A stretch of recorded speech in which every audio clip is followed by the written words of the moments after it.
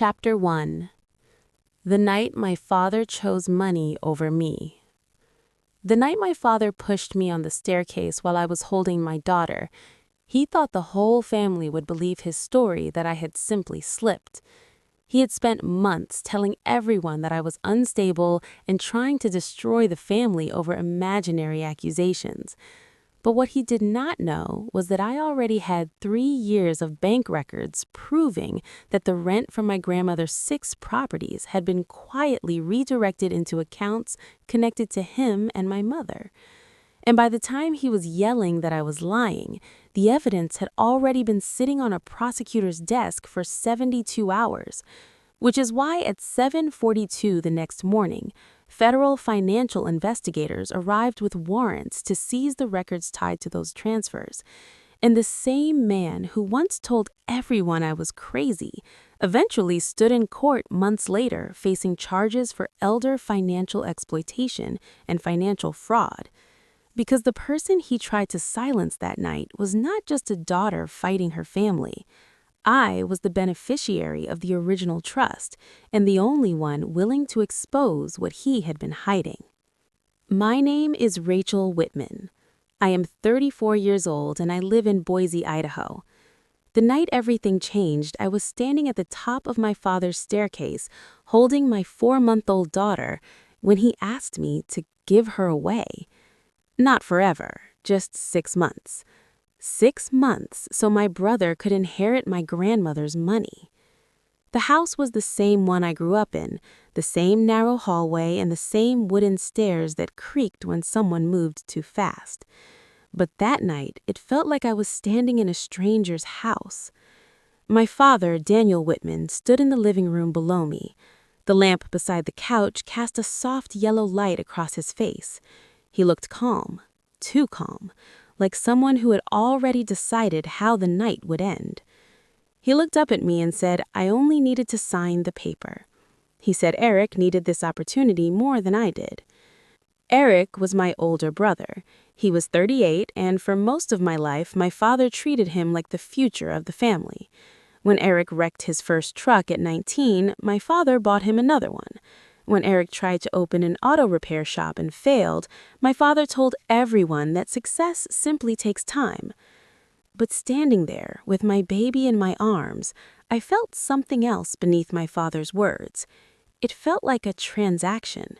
And at the time, I did not realize that my father had already been secretly moving money from my grandmother's properties for years.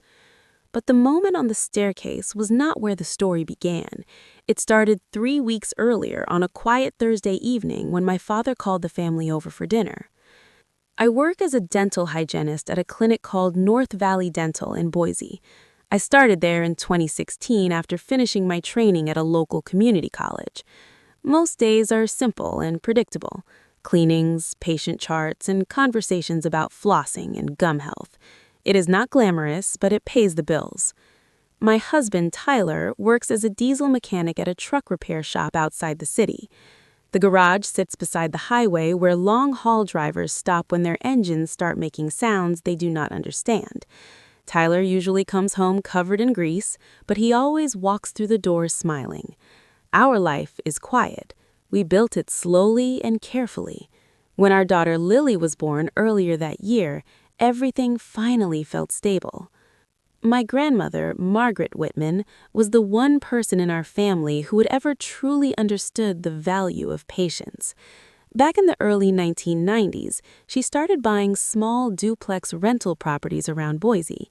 They were not fancy buildings. Some needed repairs and others sat in neighborhoods people overlooked. But my grandmother had a talent for seeing long-term value. By the time the housing market began to climb, those properties had become incredibly valuable. By 2024, the combined value of those buildings had passed $2 million. The monthly rent from tenants brought in close to $9,000. When I was younger, my grandmother always said the properties would be divided equally between her grandchildren one day. She believed fairness was the only way families stayed together. Then, in 2019, everything changed. My father told the family that my grandmother had started showing signs of dementia. He said she was becoming forgetful and confused. According to him, the doctors recommended assisted living so she could be monitored safely. Within a few months, she moved into a care facility in the nearby city of Meridian. My father told everyone that he would handle her finances and manage the rental properties so she wouldn't have to worry about anything. At the time, nobody questioned him. My mother, Elaine, has always avoided conflict. Asking my father difficult questions was never part of her personality. Eric was dealing with his own problems. The auto repair shop he opened in 2018 collapsed within a year under debt and unpaid equipment loans. My father quietly helped him recover from the financial disaster. I had a newborn baby and a life that demanded all of my attention. I believed the story I was told. 3 weeks before the night on the staircase, my father invited us all over for dinner. The dining room table was already set when we arrived. My mother moved between the kitchen and the table, trying to keep the conversation light, while my father waited quietly in his chair. Dinner ended quickly and the room grew quiet. My father placed a stack of documents on the table. He said my grandmother had updated her trust. Eric leaned forward immediately. Money always made him curious. I felt uneasy. My grandmother had always been very clear about her plans. My father explained that the trust now included a new condition. Whichever grandchild was actively raising a young child in the family would receive 70% of the property income and ownership. The other grandchild would receive 30%. For a moment, the room was silent. I was the only one with a baby. Lily had been born that March. Then my father looked at Eric and calmly explained the second part. Eric could qualify for the 70% share if he became the primary caregiver for Lily for 6 months. The words hung in the air like something unreal. Eric began talking immediately. He said it would only be temporary. He said the inheritance would allow him to rebuild his life after losing the repair shop. My mother said families should support each other when someone is struggling. My father said this was simply a practical solution. I looked down at my baby in my arms and felt something else beneath my father's words. It felt like a transaction, and at the time, I did not realize that my father had already been secretly moving money from my grandmother's properties for years. But the moment on the staircase was not where the story began. It started 3 weeks earlier on a quiet Thursday evening when my father called the family over for dinner. Chapter 2. What my grandmother was never supposed to tell me. The drive to Meridian the next morning felt longer than it actually was. Traffic was light and the sky was bright and clear, but my thoughts would not slow down. I kept hearing Carla's voice from the phone call the night before. She had sounded careful, almost nervous, like someone who knew she was stepping into something complicated. I also could not stop thinking about my father. If he found out I had come here without telling him, I had no idea how he would react. My father liked control. He always had. And if what Carla hinting at was true, then this visit might be the first thing in years that happened outside his control. Lily slept quietly in the back seat while I drove. When I finally pulled into the parking lot of Riverstone Care Residence, I sat in the car for a moment, staring at the building. It looked peaceful. Small trees lined the walkway. A few residents sat outside on a bench enjoying the morning sun. Nothing about the place suggested secrets, but the feeling in my chest told me otherwise. Inside the lobby, the air smelled faintly of disinfectant and coffee. The receptionist nodded politely as I signed the visitor sheet. A woman in blue scrubs stood near the hallway entrance, watching me. "You must be Rachel." Her voice was gentle. I nodded. "Yes." She stepped forward and offered her hand. "I am Carla Mendoza. Thank you for coming." Up close, she looked a little older than I expected, maybe mid-40s, with tired eyes that suggested long shifts and difficult conversations. "I appreciate you calling me," I said quietly. She glanced around the lobby before lowering her voice. "Your grandmother usually prefers that family visits be limited.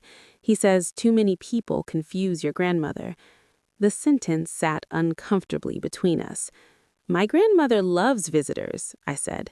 Carla gave a small nod. "That is what some of us noticed, too."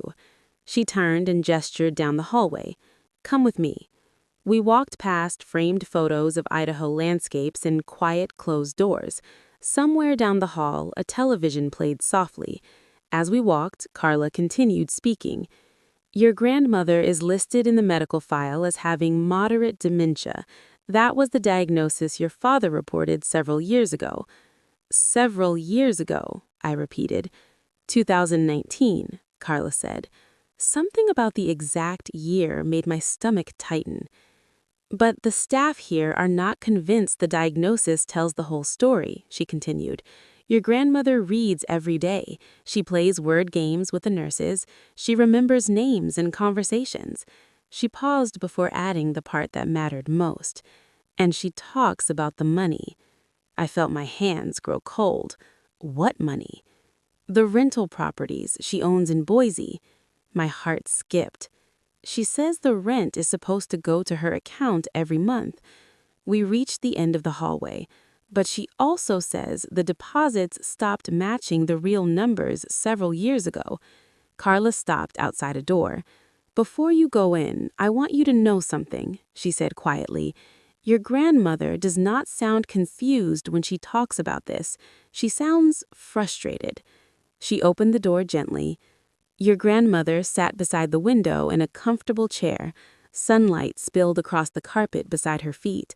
A paperback novel rested in her lap. When she looked up, her eyes locked onto me immediately. "Rachel," her voice was steady. For a moment, I simply stood there. This was not the expression of someone lost in confusion. Her eyes were clear, focused. I walked over and sat beside her. "Hi, Grandma." She looked down at Lily sleeping in my arms and smiled. "Well, look at that little girl." She reached out carefully and touched Lily's blanket. "That must be my great-granddaughter." Emotion tightened my chest. "Yes," I said softly. Carla quietly stepped out of the room and closed the door behind her. My grandmother watched the door for a moment before turning back toward me. "Your father has been telling people I am losing my mind." Her voice carried calm anger. I did not know how to respond. She sighed. "Rachel, I forget small things sometimes. Everyone my age does. But I am not confused about my finances." The word finances sounded deliberate. I leaned forward slightly. "What do you mean?" She opened the small drawer of the nightstand beside her chair and pulled out a thin notebook. "I started writing things down 5 years ago." She placed it in my hands. Inside were rows of careful handwriting. Each page listed months and numbers.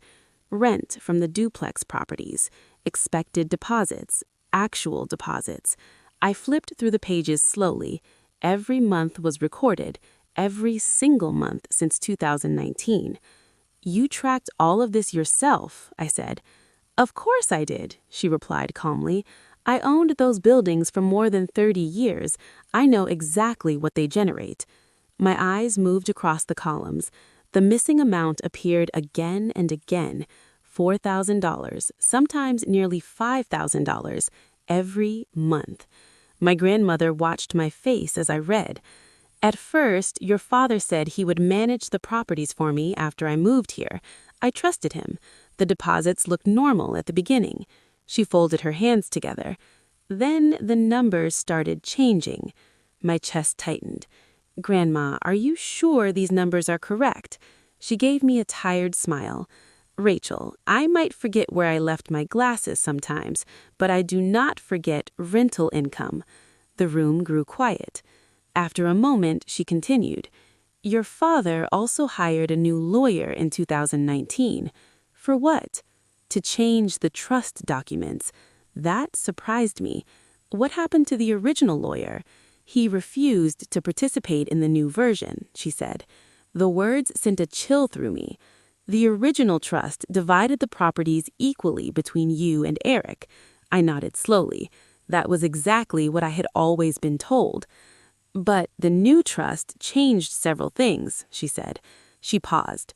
Your father told me it would make the management easier.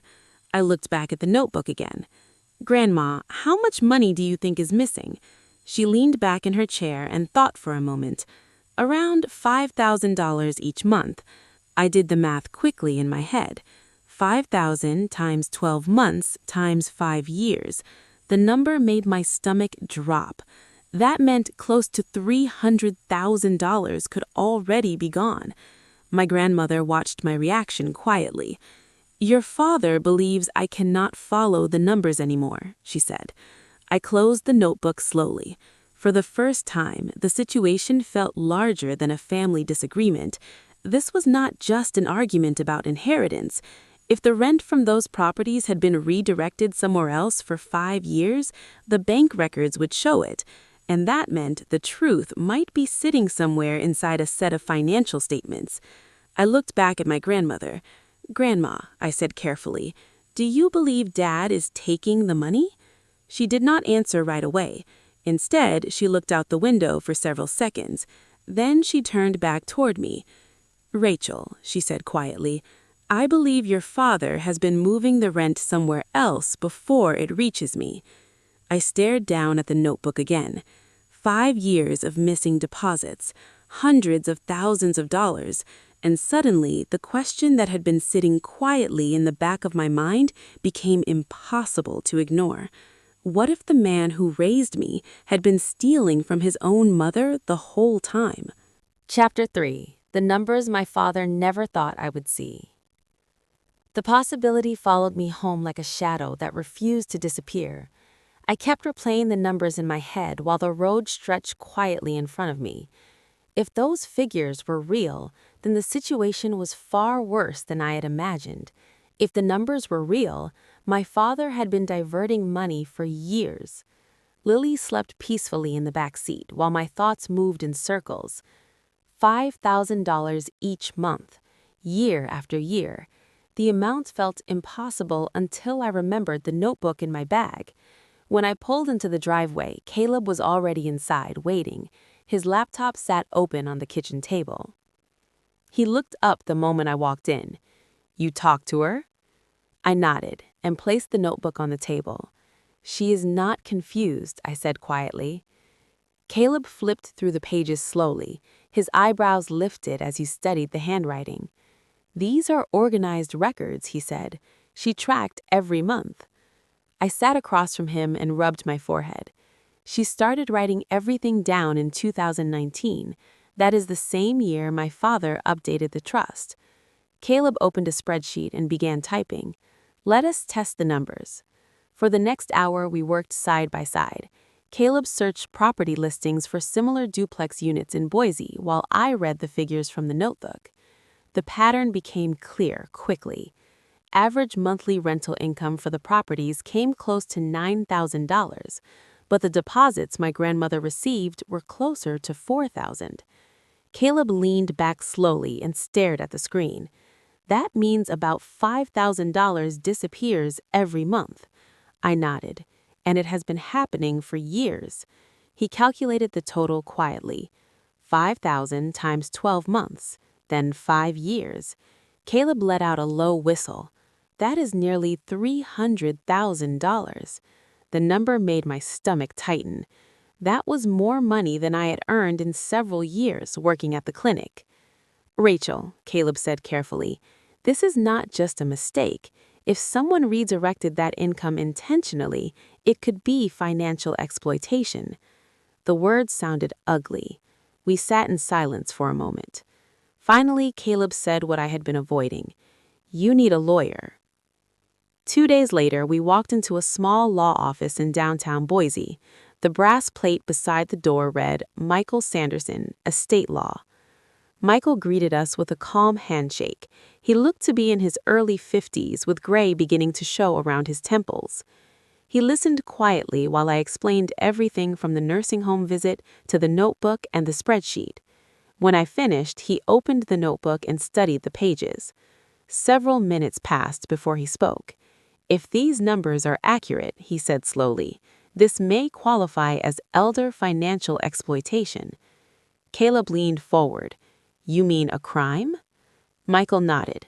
Possibly. In Idaho, that kind of financial abuse can carry serious felony charges. The word felony hung in the air. Michael tapped the notebook lightly. But first, we need documentation. He began outlining the steps calmly. First, we confirm the original trust document. Then, we verify any amendments that were made later. After that, we review the bank records connected to the rental properties. My chest tightened slightly. My father controls those accounts. Michael looked at me steadily. Then we request the records through proper legal channels. He paused. Your grandmother mentioned an earlier attorney who prepared the original trust. I nodded. Harold Dunn. Michael picked up his phone and searched briefly before dialing. The conversation lasted only a few minutes, but when Michael hung up, he leaned back thoughtfully. Harold confirmed several important things, he said. The original trust from 2014 divided the rental properties equally between you and your brother. That matched what my grandmother had told me. Michael continued. Harold also said he was removed from the case shortly after my grandmother moved into assisted living. Caleb frowned. Why? Michael glanced down at his notes. Because he refused to participate in changes to the trust that he believed were questionable. The room felt suddenly smaller. Over the next 2 weeks, Michael requested financial records tied to the rental properties. Waiting for those documents felt endless. My father continued calling occasionally, asking when I planned to visit again. I kept the conversations brief. Finally, one afternoon, Michael called and asked us to come back to his office. When we arrived, several printed documents were spread across his desk. Bank statements, transfer records, monthly deposits. Michael gestured for us to sit. I'm going to show you what we found. He pointed to one column. The duplex properties generate roughly $9,000 per month in rent. That matched our estimates. Then he pointed to another column. Your grandmother's account received about $4,000 each month. My throat felt tight. Where did the rest go? Caleb asked. Michael turned another page. Into an account controlled by your father. Silence filled the office. For how long? I asked quietly. Michael flipped through several statements. Since late 2019, the same year the trust had been amended. Caleb shook his head slowly. That's a lot of money. Michael nodded. Based on these statements, the diverted amount exceeds $280,000. The number felt heavy. Then Michael pointed to another detail on the page. There's something else you should see. I leaned closer. Several transfers from that account were used to pay personal debts for someone named Evan Whitaker. My brother. My stomach dropped. Later that evening, I called Evan. He answered after the second ring. Rachel, what's going on? Dad says you've been acting strange lately. I took a slow breath. Evan, I need to ask you something. Okay. Have you been receiving money from Dad during the past few years? There was a pause. Sometimes, he said, when things got tight. Where did you think that money came from? He hesitated. Dad said it was family savings. I closed my eyes for a moment. Evan, some of that money may have come from Grandma's rental income. The silence on the line stretched for several seconds. That cannot be right, he said quietly. The bank records show transfers. His voice sounded shaken. Rachel, I would never take money from Grandma. I swear I didn't know. I believed him. Evan had always trusted our father more than anyone. After we hung up, I sat at the kitchen table staring at the notebook again while Lily slept in the next room. Caleb walked in and leaned against the counter. How did he take it? He didn't know, I said. At least I don't think he did. Caleb rubbed his forehead. This is going to get messy. The next morning, Michael called again. We have enough documentation to move forward, he said. Cases involving elder financial abuse can take time, but this evidence is strong. What happens next? I asked. We submit the records to the county prosecutor and begin a formal complaint. For the first time, the situation felt solid and undeniable. There were numbers now, bank statements, transfers, evidence. 3 nights later, my phone rang during dinner. My father's name appeared on the screen. I answered. His voice sounded calm but firm. "Rachel, we need to talk." "About what?" "About everything." There was a long pause. "Come by the house tomorrow evening. Bring Lily with you." I held the phone silently for a moment. Why? Because this conversation needs to happen face to face. Then the line went quiet. Chapter 4. The moment my father lost control. I knew the drive that evening could destroy the last illusion of peace in my family. The sun had already dropped below the rooftops when I turned onto the street where I grew up. Every house looked the same as it always had. Quiet lawns, warm porch lights, the kind of neighborhood where nothing terrible was supposed to happen. But my hands were tight around the steering wheel. Lily slept quietly in the back seat, unaware that the next hour might change everything about the people who were supposed to protect her. When my father's house appeared at the end of the block, my chest tightened. Caleb's truck followed a few cars behind me before turning off and parking 2 houses away. From there, he could see the front yard and the porch. Before I stepped out, he rolled down his window. "You do not have to go in alone." I shook my head. "If you walk in with me, he will shut down immediately." Caleb studied my face carefully. "If anything feels wrong, you walk out and call me." "I will." Another car sat farther down the street, its headlights dim. Michael had suggested we be cautious after what we discovered in the bank records. Someone he trusted waited nearby just in case the situation became dangerous. I lifted Lily from the car seat and walked toward the front door. The porch light flickered softly above me. Before I could knock, the door opened. My father stood there as if he had been watching the driveway. "Rachel." His voice sounded calm, almost welcoming, but his eyes were cold. I stepped inside. The living room looked exactly as it always had. The same leather couch, the same framed photos of family vacations. For a brief moment, the room felt like a memory from another life. Then I noticed the papers sitting neatly on the coffee table. My mother stood near the corner of the room with her arms folded. She avoided looking at me. My brother stood by the window, staring at the carpet. The silence felt heavy. My father closed the door behind me. "Sit down." I remained standing with Lily resting against my shoulder. "I am fine here." He watched me for a moment before sitting in his chair. His voice sounded measured. "This situation has gotten out of control. You have been making accusations that could destroy this family." He pushed the stack of documents toward me. "I asked you here so we can end this tonight." I did not move. "What are those?" "They are legal documents prepared by an attorney." He folded his hands calmly. "If you sign them, we can resolve everything peacefully." I looked down at the papers without touching them. "What do they say?" "They transfer your inheritance rights to your brother." The words landed heavily in the quiet room. "And they grant him temporary guardianship of Lily." For a moment, I thought I had misheard him. "You want my brother to take my child." My father kept his voice steady. "It is a temporary arrangement until this situation settles down." My brother shifted uncomfortably near the window. My chest felt tight.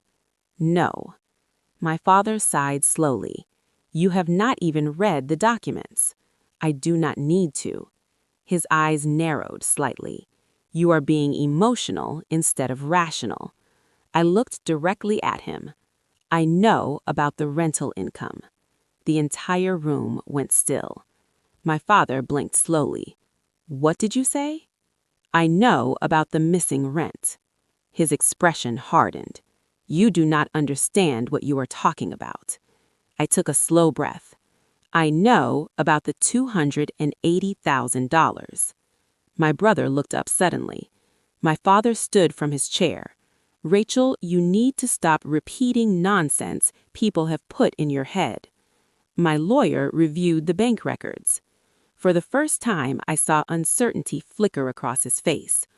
What lawyer?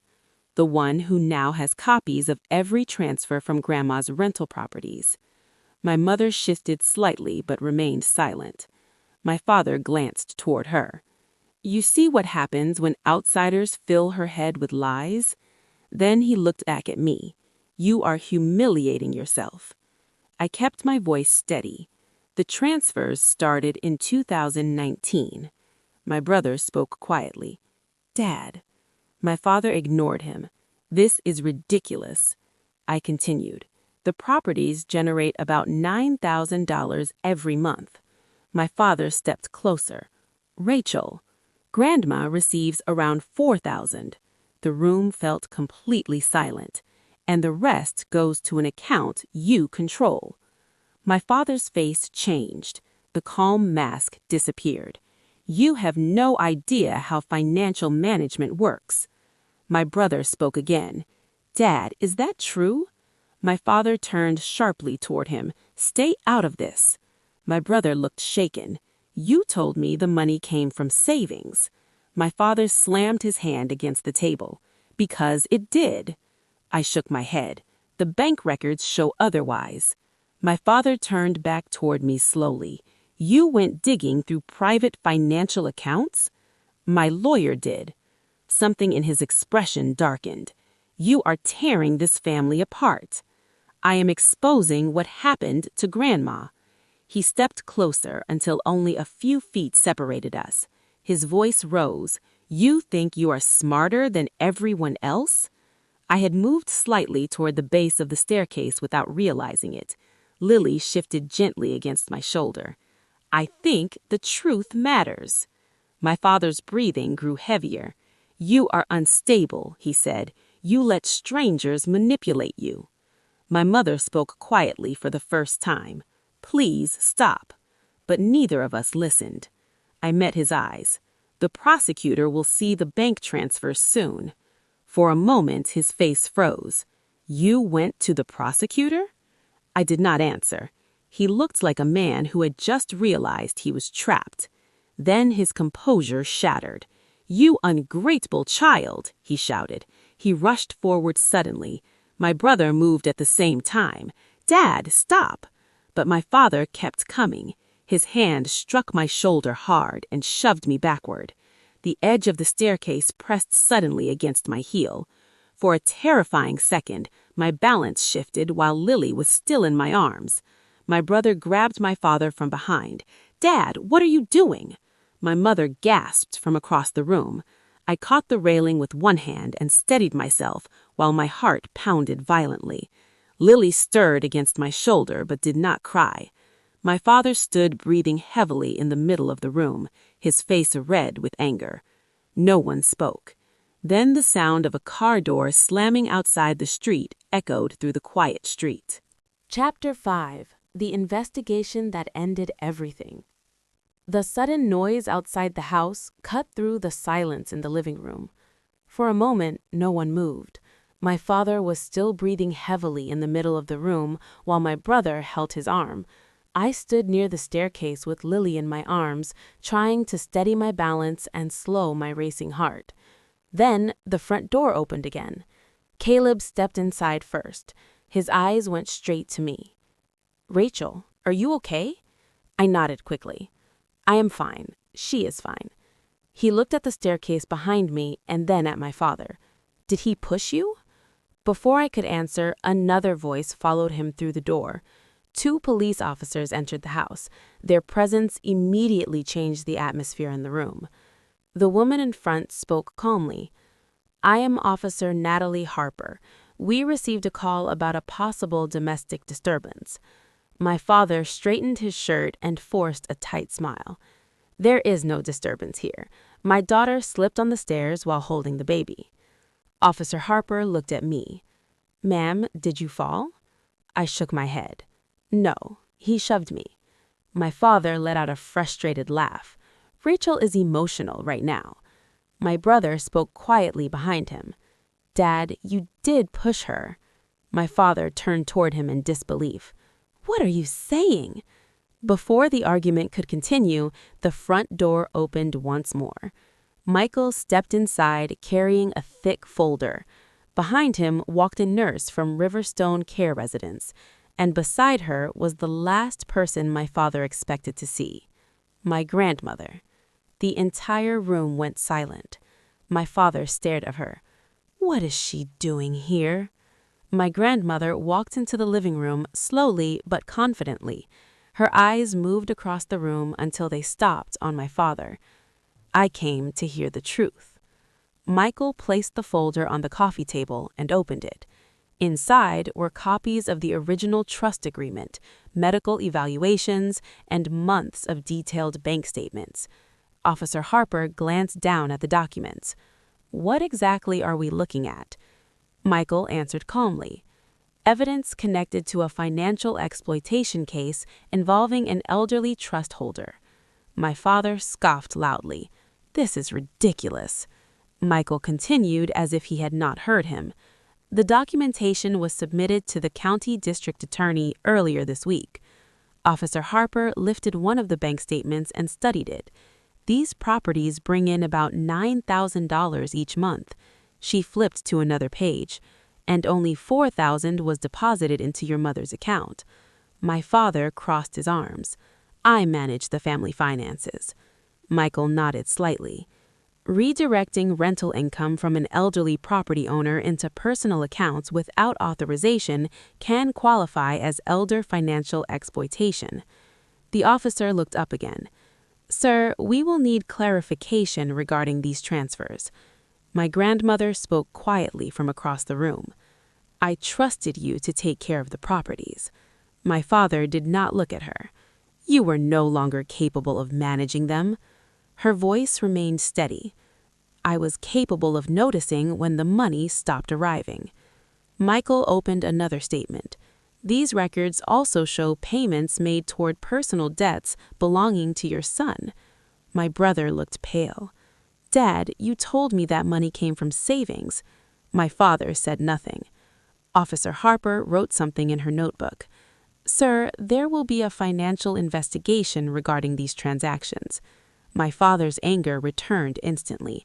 This family is being manipulated. My grandmother shook her head gently. No, the truth finally caught up. Over the next several weeks, investigators from the Financial Crimes Division reviewed the records Michael had collected. They compared rental income deposits with the transfers leaving my father's accounts. The pattern was impossible to ignore. Every month, the same amount disappeared. The investigation uncovered additional transfers routed through accounts connected to my mother.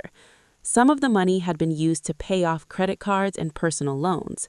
Detectives eventually returned with a warrant requesting additional financial records.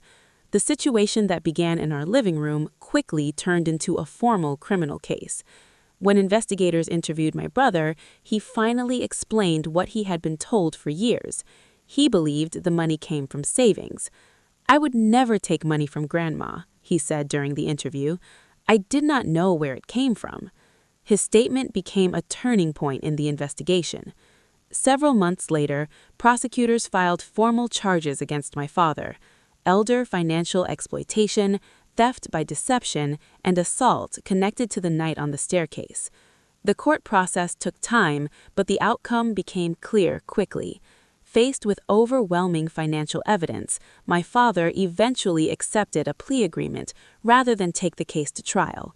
Part of the diverted money was recovered and returned to my grandmother's trust. More importantly, the original trust agreement was restored. The rental properties were again divided equally between my brother and me, exactly as my grandmother had written years earlier. But the most important change was something much simpler. My grandmother was no longer isolated. Family members visited freely. Nurses checked on her regularly. The quiet control my father once held over her life was gone. Several months later, I returned to Riverstone Care Residence on a calm afternoon. Sunlight filled the room while my grandmother sat near the window holding Lily in her arms. My daughter laughed as she grabbed the edge of my grandmother's glasses. My grandmother smiled warmly. Sometimes justice takes longer than we expect. I sat beside her and watched Lily wrap her tiny fingers around my grandmother's hand. "But it still finds its way," she said softly. For the first time in a long while, the tension that had followed our family finally felt distant. The truth had been painful, but it had also set things right. Before I left that afternoon, my grandmother looked at me thoughtfully. "You were brave to speak up." I shook my head gently. "I was just protecting what mattered." She smiled. "And sometimes that is how justice begins." If you've ever faced a moment when the truth felt too dangerous to say, then you probably understand why I never regretted standing up that night. And if this story reminded you that the truth always matters, stay here and listen to the next story.